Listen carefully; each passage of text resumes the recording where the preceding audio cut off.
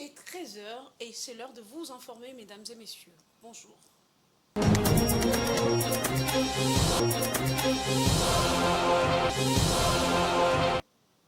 C'est lundi 3 juin, dans la soirée, le président de la République, Félix Tshisekedi, a échangé à tour de rôle avec Vital Kamerhe et Pascal Kinduelo, respectivement président de l'Assemblée nationale et président du bureau provisoire du Sénat.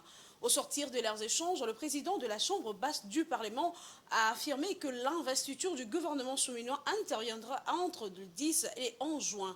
Quant à Pascal Kinduelo, le président du bureau provisoire du Sénat, il était question de faire rapport au chef de l'État de la marche de cette Chambre. Suivez dans cet élément les détails. L'honorable président de l'Assemblée nationale. Une première officielle déjà décisive pour les enjeux de l'heure. Récemment investi à la tête du bureau définitif de l'Assemblée nationale, Vital Kamerhe a été reçu le lundi par le président de la République, Félix Antoine Tshisekedi. Le nouveau speaker de la Chambre basse du Parlement a présenté au chef de l'État sa vision du député national relooké dans son estime et sa considération. Sans surprise, la question de l'investiture du gouvernement est largement revenue au cours de leur entretien. Face à la caméra, Vital Kamerhe ne balbutie pas, le gouvernement sera bien investi avant le 12 juin prochain. Et ça sera entre le 10 et le 11, ce n'est pas un secret, parce que nous devons d'abord recevoir Madame la Première ministre avec son programme, et celui-ci sera multiplié en 5 exemplaires que je remettrai à chaque député. Et selon les règlements de l'intérieur, chaque député devra s'en imprégner pendant 48 heures. Donc je ne sais pas faire autrement. Donc Madame la Première ministre, qui nous suit à ce moment, si elle veut être investie le 10, elle doit déposer le 8. Reconnaissant le mécontentement affiché par certains chefs de regroupements politiques de l'Union sacrée après la sortie du gouvernement, le président de l'Assemblée nationale en appelle à la retenue et à la priorisation de l'intérêt général. Nous devons mettre fin à ce genre de discussions qui nous dégradent parfois. Nous devons trouver des solutions à nos problèmes sans donner l'impression au peuple que nous sommes en train de nous partager un gâteau derrière son dos. Et voilà pourquoi nous allons parler avec les députés, je vais parler avec le président de la République. Il m'a en tout cas rassuré que la province d'Imaniema, qui était oubliée, va être finalement reprise dans le gouvernement. Je voulais voir le président avant de commencer les consultations des différents groupements politiques de maires qui sont représentés et à l'Assemblée nationale et qui ont eu des ministres au gouvernement. Il avait lui aussi été investi il y a peu comme président du bureau provisoire du Sénat et le demeure malgré l'élection d'un nouveau doyen, règle constitutionnelle oblige. Pascal Kinduelo a, dans une démarche institutionnelle, présenté au chef de l'État Félix Antoine Tshisekedi l'évolution de la procédure devant conduire à l'élection du bureau définitif de sa Chambre. Le bureau d'âge a un timing pour préparer les bureaux définitifs. Et là, nous sommes satisfaits parce que mes collègues sénateurs et moi-même, et nous sommes réellement dans le bon. Et dans le sens que d'ici 10-15 jours, le bureau d'âge aura terminé sa mission qui lui est confiée par la Constitution et les règlements d'âge. Ce n'est donc plus qu'une question de jours pour que toutes les grandes institutions du pays soient légalement investies. Changeons de chapitre à présent. Début, c'est lundi 3 juin de l'examen national de fin d'études primaires sur toute l'étendue de la RDC, où 2 207 489 élèves ont pris part. Pour la première journée d'hier, les élèves étaient soumis à l'examen de la culture générale et les français. Au sorti de l'examen, quelques élèves finalistes trouvés au centre du lycée Boussangani au micro de Géopolis dit avoir très bien passé l'épreuve, tout en signalant que cette épreuve prendra fin aujourd'hui le 4 juin 2024 sur toute étendue de la République démocratique du Congo. Suivez les reportages de Giscard Tamba et Patience Lokeke. L'examen national de fin d'études primaires ENAFEP a débuté ce lundi 3 juin sur toute l'étendue de la République démocratique du Congo. À Kinshasa, les élèves ont répondu présents à ces rendez-vous. Quelques élèves rencontrés au lycée Bosangani à Gombe, qui est aussi un centre de passation de l'ENAFEP, nous relatent les déroulements de l'examen qui pour la plupart s'est bien passé d'une manière générale et s'est dit être confiant pour la suite. L'examen d'aujourd'hui c'est facile, mais il y avait quand même des questions qui étaient difficiles. Mais on a quand même répondu pour réussir. Aujourd'hui c'était l'examen de français et une partie de culture générale. Les examens ils étaient bien passés. C'était facile, il n'y avait pas une question difficile là-bas. C'était vraiment facile. Je pense que j'ai bien travaillé et je vais passer au grand collège. Comment s'appelle la fille de Mohamed? J'ai répondu Égir. Il faut signaler que l'examen qui a commencé ce lundi 3 juin prendra fin ce mardi 4 juin avec la mathématique. Cette année, 2 217 456 élèves ont pris part à l'examen.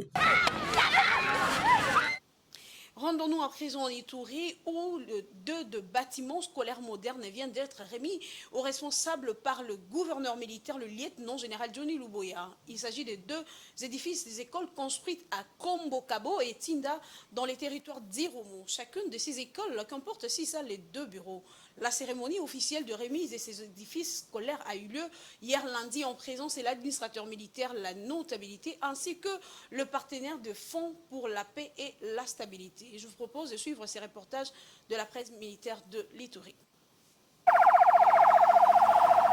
La stabilité de la situation sécuritaire et la paix qui règne actuellement dans les territoires du Roumu a produit une fois de plus 2 bâtiments scolaires modernes au standard international. Ceci fait la joie de parents et élèves du groupement de Makabou dans la chefferie de Basili, située à environ 20 km au sud de la ville de Bounia. Devant la notabilité, les membres du comité provincial de sécurité, les éducatifs ainsi que les élèves bénéficiaires de ces bijoux sortis du le directeur du programme de Fonds pour la paix et la stabilisation, une coopération allemande a circonscrit le cadre de la cérémonie. C'est une grande première en Ituri et je crois que notre expérience comme première en est une positive et pourra porter des fruits pour l'avenir afin que les bailleurs de fonds, qui est le ministère allemand de la coopération, à travers la banque allemande de développement qui est la KfW, puissent être attirés davantage et pouvoir intervenir encore en Ituri.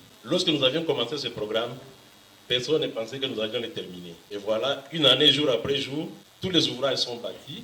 Et aujourd'hui, nous avons l'insigne honneur de recevoir le premier citoyen de la province de l'Ituri pour pouvoir remettre officiellement les clés. Reconnu pour son attachement à l'éducation, le commandant des opérations et gouverneur militaire, le lieutenant-général Boyanka Chomadjouni, a exhorté les uns et les autres à l'éducation sur la paix en vue d'assurer un avenir radieux à ces enfants de l'Ituri. Là où il y avait des véhicules incendiés, là où il y avait des groupes armés qui ne faisaient que créer la mort, aujourd'hui, vous pouvez voir des très belles constructions jaillir de la terre. Et ce n'est pas n'importe quelle construction. Ce sont des écoles pour nos enfants. Comme disait monsieur le prophète, là où on construit une école, on ferme une prison.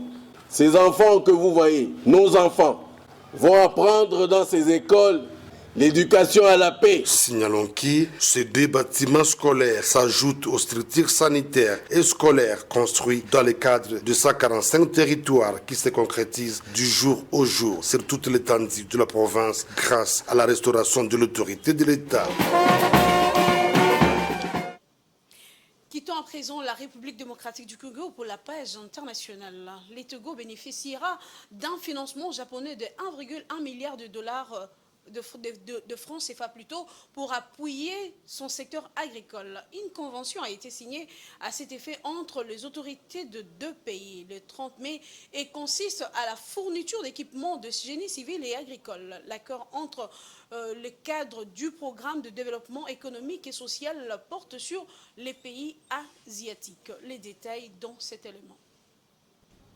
Un accord a été conclu jeudi 30 mai 2024 entre le Japon et le Togo pour la politique de développement du secteur agricole togolais. Il s'agit d'une convention de financement dans le cadre du programme de développement économique et social PDES, porté par le pays asiatique qui permettra aux bénéficiaires de recevoir des équipements agricoles et de génie civil d'une valeur de 1,2 milliard de francs CFA. Le Togo et le Japon ont une coopération assez traditionnelle qui est notamment orientée vers le secteur agricole. Donc cette nouvelle annonce de fourniture d'équipements de technologie dans le cadre de cette convention agricole reste une belle opportunité pour l'économie togolaise. Mais la question existentielle d'ailleurs, c'est d'abord la mécanisation, d'un point de vue endogène et comment endogéniser d'ailleurs les mécanismes de maintenance du matériel agricole et surtout l'utilisation et l'appropriation de cette technologie par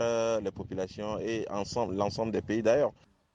Le secteur agricole togolais participe pour 20% aux recettes d'exportation et représente plus de 40% du PIB, employant près de 70% de la population active. Grâce à ce partenariat, les autorités togolaises devraient pouvoir soutenir les efforts du pays dans le développement de ce secteur dans un contexte marqué par des crises multidimensionnelles liées au changement climatique et à l'instabilité des prix des denrées alimentaires. C'est une bonne chose, mais il va falloir aller au-delà pour pouvoir permettre à ce que ces technologies culturelles, ces investissements en technologie agricole, en investissement en mécanisation agricole, soient une politique qui puisse permettre au pays définitivement d'être, d'un point de vue agricole, indépendant. Le développement de l'agriculture togolaise est freiné par une faible mécanisation et le recours à des semences à faible rendement. À cet effet, un accent sera mis sur la promotion de la riziculture et le soutien aux producteurs vulnérables, à savoir les sinistrés d'inondations et les déplacés victimes de menaces de l'extrémisme violent. Ainsi prend fin ce bulletin d'information, mesdames et messieurs. Merci de nous avoir choisis pour vous informer. Vous aurez les détails à 19h30 dans la grande édition du journal avec Damani Mujinga à la présentation. D'ici là, portez-vous bien. Au revoir.